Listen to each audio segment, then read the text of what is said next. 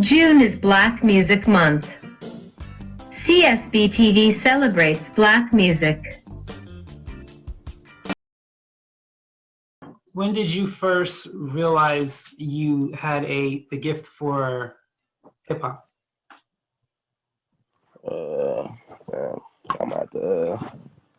It's a lot. So when I was younger, my grandfather played guitar behind some big people like Ray Charles and at the Apollo, different places like that. So it was always instruments in my family. My uncles, they was producers for like an underground record label called Banging on Wax. It was right under straight out of Compton, NWA. So I already knew then when I seen them doing the instruments and producing and all that I wanted to do that. But sports first, I kind of like sports was the first love really. But when I seen all my family doing it, it was I didn't have no choice but to just want to do it. You know what I'm saying? When did you come to that conclusion that this was something you should be doing? I got two answers to that. When I was younger, of course, when I probably was like, I think I probably was like five. No, I probably was like 5 or 6. And we used to be beating on the table at school when we was kids and stuff. Plus, all my family doing it. So I knew we used to like be at school, at elementary school, trying to rap, play around and stuff like that. That's what I wanted to do. But then when I got grown, actually, 17, 18, and start maneuvering way more, that's when I knew I wanted to, like around 2011. I say really, really 2011. That's when I really started kind of getting in the studio, doing videos, had a little group with me and my friends, and we didn't know a lot about how to do shit, but we were just kind of going with the flow and learning. And it wasn't all that tight when we first started, but especially when you what I'm saying, you trying to do a group. When you're doing a group, then you kind of gotta do what everybody else doing, or we gotta all do. You know what I'm saying, and you're not really actually doing what you know what I'm saying, could be how you could be rapping. So I say really around 2011. But of course, a kid though, like I said, when I was a kid, I was already recording with my cousins and stuff like that. We had little cassette tapes and stuff like that. That's, I'm born in 1992, so I was still had the little boom box little thing. My grandma had one where you can kind of press the button and record and put a beat in there and play. So we was kind of doing the immature recording when I was about already 7, 8 years old already. So. But yeah, I'll say really 2011, that's when I really kind of this is what I'm going to do. So you somewhat answered my next question. Being that your family was already in the business, so to speak, did they help you get started or you just figured it out on your own?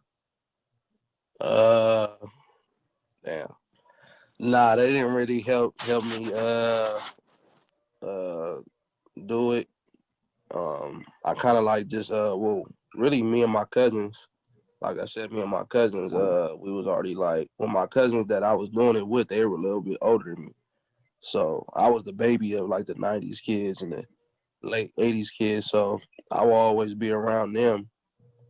You know what I'm saying? And they was kind of showing me little things and giving me little pointers, but I still went with me and my team and my friends, and we were just learning as we went. And then I started, I kind of started more internet searching, YouTube, and start looking at other artists and how they talk in interviews, or how they story was, if it kind of matched mine. So it was more self-taught, but then I did get a few pointers from my older cousins and stuff like that. What would you say? I guess every song you write has its own story behind it. So put it down. What was your inspiration? Who or what inspired the words behind that one? So you basically asking me who encouraged my style, or what was the reason why you wrote that song?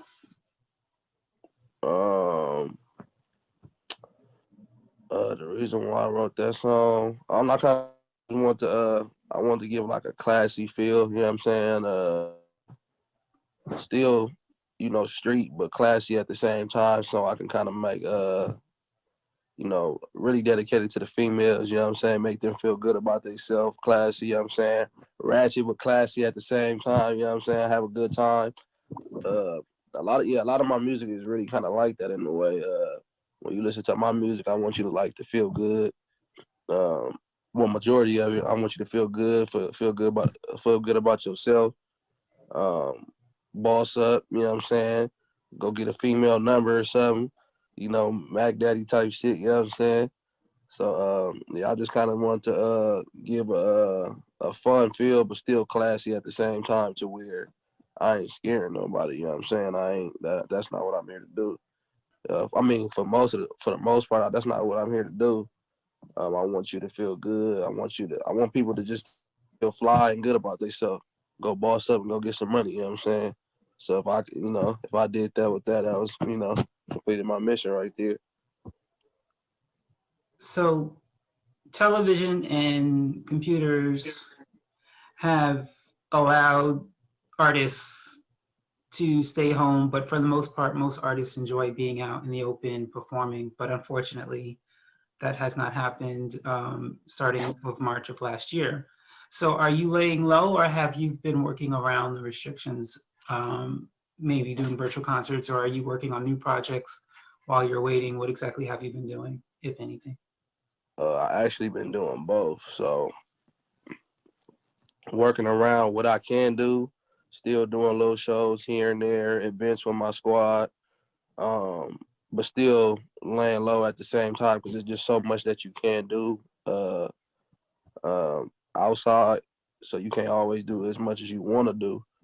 So I kind of like fall back a little bit, stay on my internet, Instagram, stay entertaining people, you know what I'm saying? Stay updated, let them know what I got going on.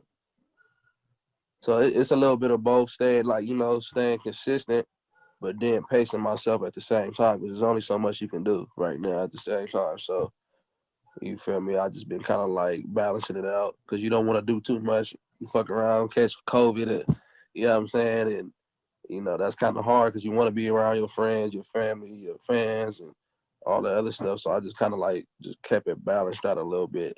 Enough work, but not too much to where, you know what I'm saying, the police got to shut down everything you're doing because we went through that. You know what I'm saying? We did a few events. The police came in, shut it down. So more just like more media promo, more media runs, and doing as much as you can through uh the outside because you can only do so much.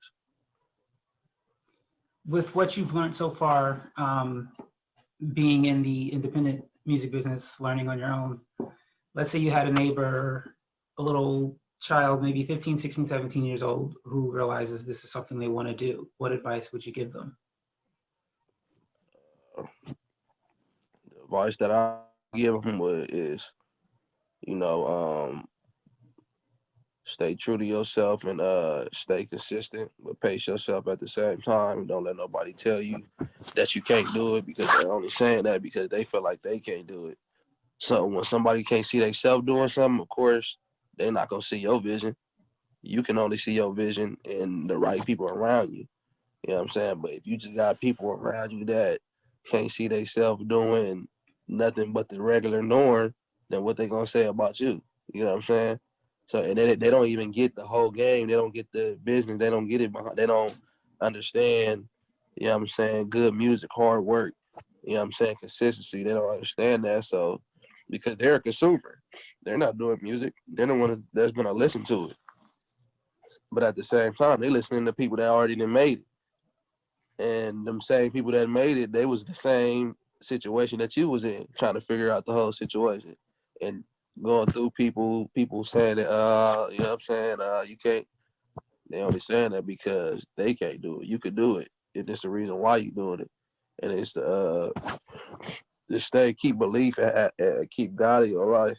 Because God gonna keep you pushing. If you praise his name, he gonna keep you doing what you was set out to do.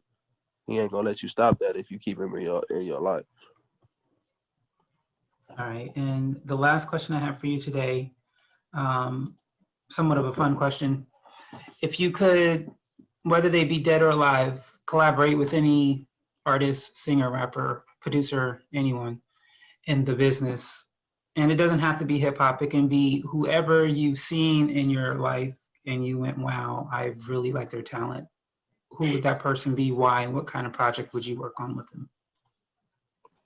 You said one person or a few people? I bend the rules for everyone. Some people give me one, some people give me two or three. So, I mean, it's just a game, so it doesn't really matter. Yeah, that's a hard one. I think the person. Oh, you said dead or alive? Right. Yeah. Okay, so I'm gonna give you. Yeah. The person that I want to work with. The people that I want to work with is in between DJ Quick, Eazy, and Michael Jackson. Like I'm saying, if I could do it like like work on projects, like one day I work on this project, one day them the three artists, them my favorite artists, and a project that I would work. Well, I really DJ Quick though because well he from the same city I am, from Compton. You know what I'm saying? And he raps and produce, and that's what I grew up on. I grew up on West Coast hip hop because I am from Compton, so that's what everybody was playing when I was coming up. So you're gonna always go with what you know. You know what I'm saying? Especially because the culture, our culture is the same. We're from the same place, and I understand it so much. You know what I'm saying? So I would want him to produce. You know what I'm saying? Everything. Uh, Help me come up with ideas on top of my ideas. At least I would want to come out with an EP with him. I think that's still highly possible because he's still doing this thing and he's what, damn near in his 50s. You know what I'm saying? But he know I would feel like he will know what type of person I am because I come from the same place and went through the same struggles that he did. And our styles is real similar. I'm just a newer version of that. You know what I'm saying? So I don't think it would be hard for us to work because we kind of like the same people in a way. The only difference is the rap. He a blood and I'm a Crip. You know what I'm saying? But it's the same. We from the same stuff, and he on the same thing that I'm on. So that's what really motivated me to want to do music. Him and Sugar Free, actually, that was his partner in crime right there. So I would love to do a project with him, and I feel like I am gonna do a project with him because I know a lot of people that know him. You know what I'm saying? Like, I got a big little networking circle that, you know what I'm saying? And when I start getting older, I didn't even know. They was already always around me. But I got a lot of people that's in his network that I mess with. So I know I'm going to end up running into him one day.